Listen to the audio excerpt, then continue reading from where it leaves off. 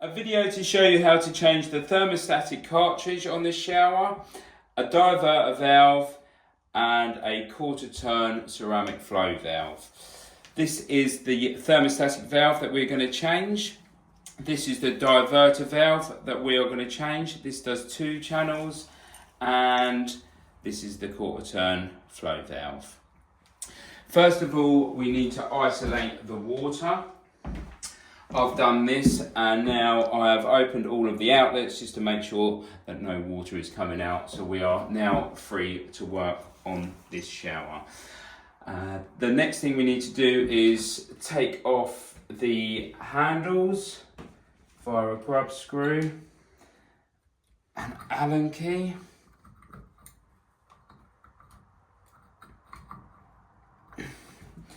one,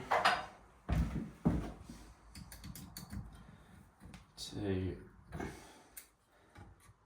and 3. Next step we need to do is to remove this chrome plate, this cover plate. Now this can be very difficult to do because they're all silicone to the tiles to stop the ingress of water. For the purpose of this video, I've already removed this. What I used to do it was a wallpaper scraper and a bricklayer's trowel. So my advice is just to take your time, really try and get underneath it and cut the silicone. I found that the bricklayer's trowel, because of the point, it helped me cut the silicone. I just took my time and pushed in all the way around and then slightly levered it forward. It did take me a little while, but then it eventually gave up.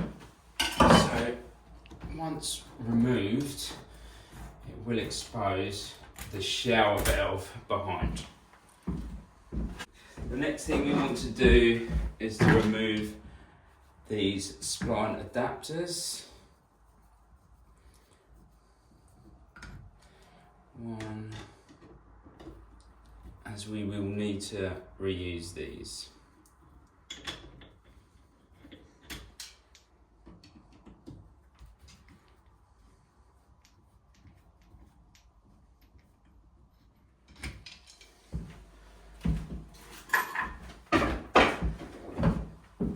These chrome shrouds will just screw off, showing you the nut of the valve.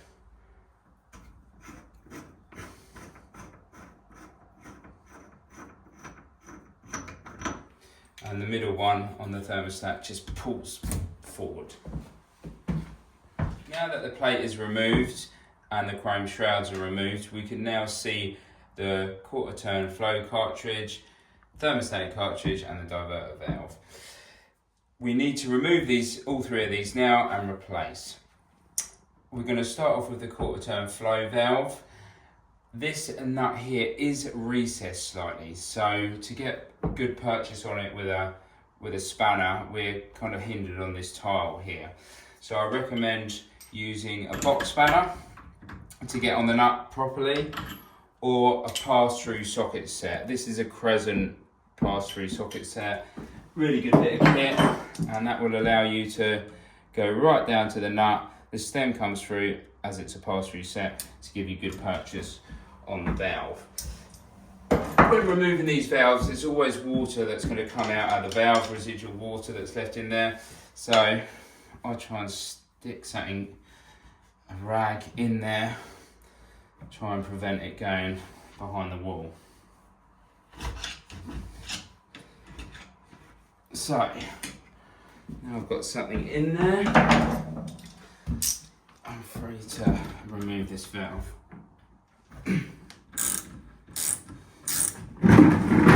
Bucket to hand as well.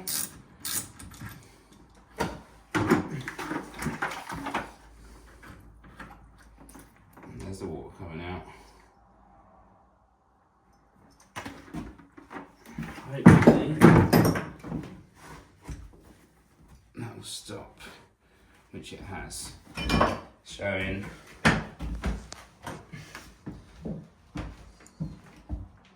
the inside of the valve. Here's the cartridge, the valve that we're going to change, and if you look in there, I've lost the bottom gasket on here, and it's stuck onto the tap seat inside. Always check this, as we will need to fish out the bottom piece of the valve. There's still a bit more in there, and there's the rest of it. Do not want to be putting a new valve on top of the old gasket.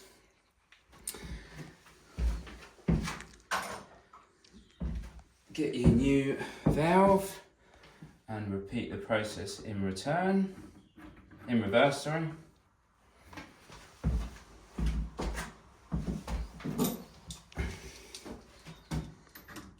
And tighten up. Okay, that is the bottom one done. The next one we're going to attempt is the thermostatic valve. This valve is held in by this retaining nut here. The only way I think we can get this out is, I don't know if there's a special tool for it, but I will use a hammer and a screwdriver. Getting the screwdriver into the groove of that nut and tapping, and you can see that it's started to move quite easily actually.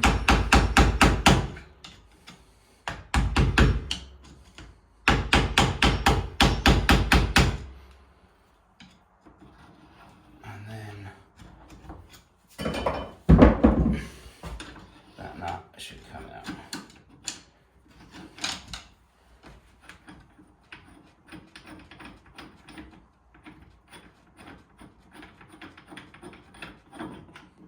Okay.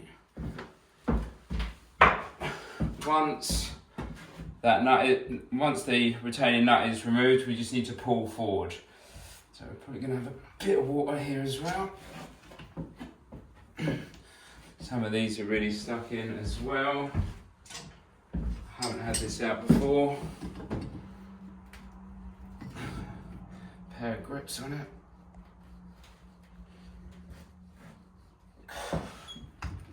And there she goes. Have a rag to hand again. Don't want any water going behind the wall. Okay, now we're ready to refit the new thermostatic cartridge.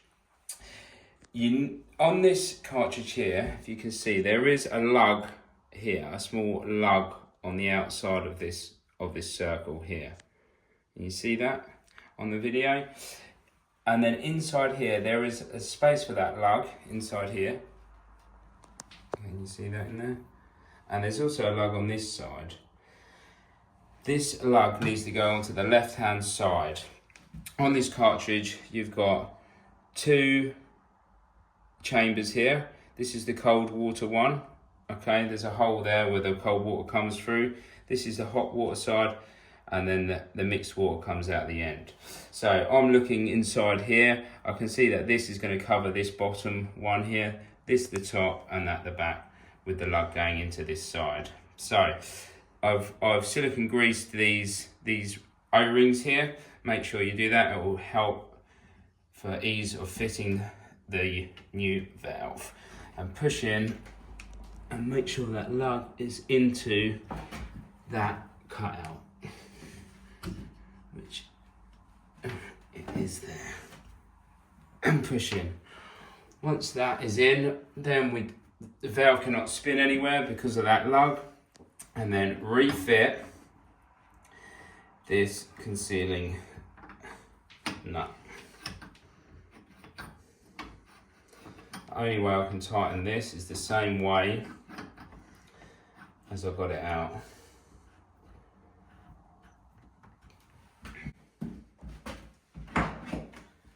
With a hammer and screwdriver.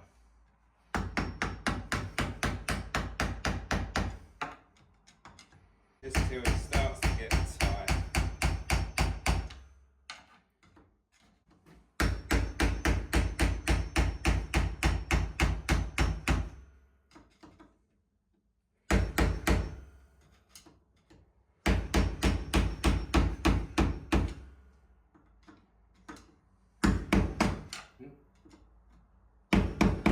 And that is tight. that is the second valve successfully changed. The last one we need to change is the diverter valve. So we need to remove this retaining nut here. This nut seems to be just outside of the tiles, so we're fine to use a spanner on this. If it was recessed, I would opt for the pass-through socket set again. Remove the retaining nut.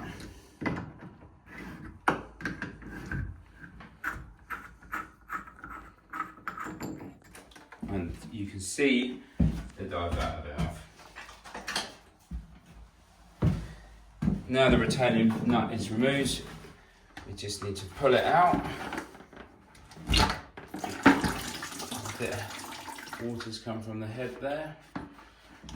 This is the new diverter valve. The only thing we need to do here is make sure you align these lugs with the holes on the valve seat here. Same again, I've silicone greased this O-ring, lining up the holes, and what you're looking for is that clunk. You know that it's there, and then that sending it home there. Make sure it's all the way back in.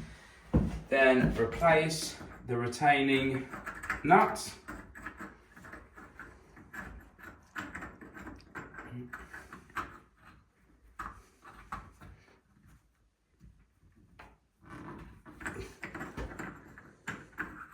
There we go.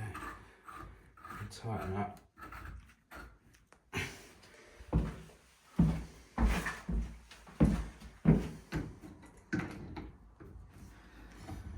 Tighten up with the spanner.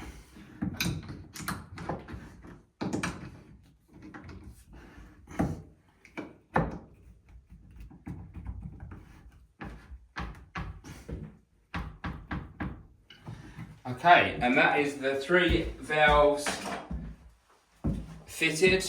Once we're happy nothing is leaking, we can refit the chrome shrouds.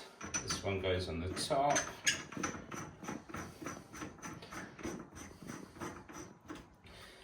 And the bottom. And this one just pushes on this way. Right, so then make sure to silicone all the way around and push on the plate.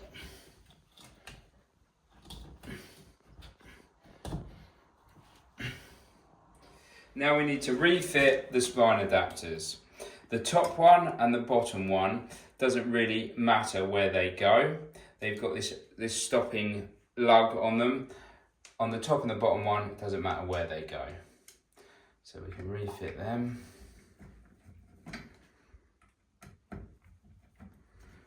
One.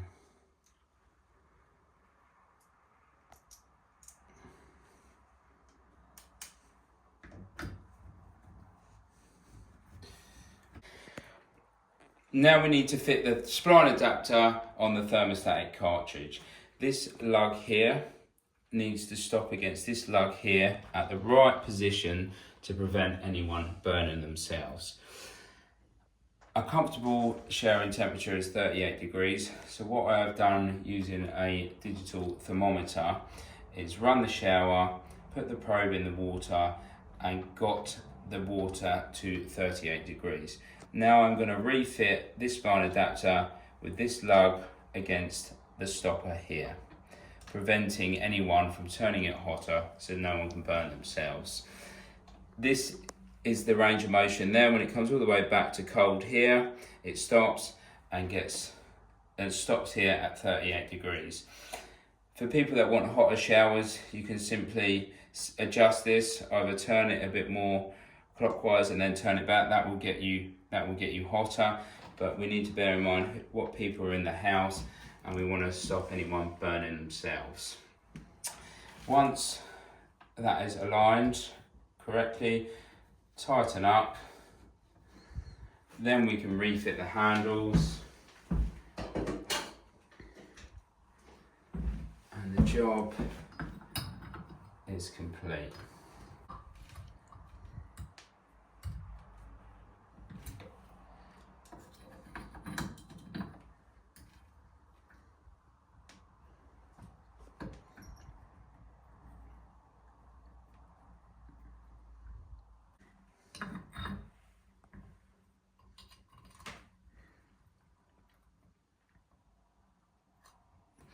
And that is the job complete. Thanks for watching.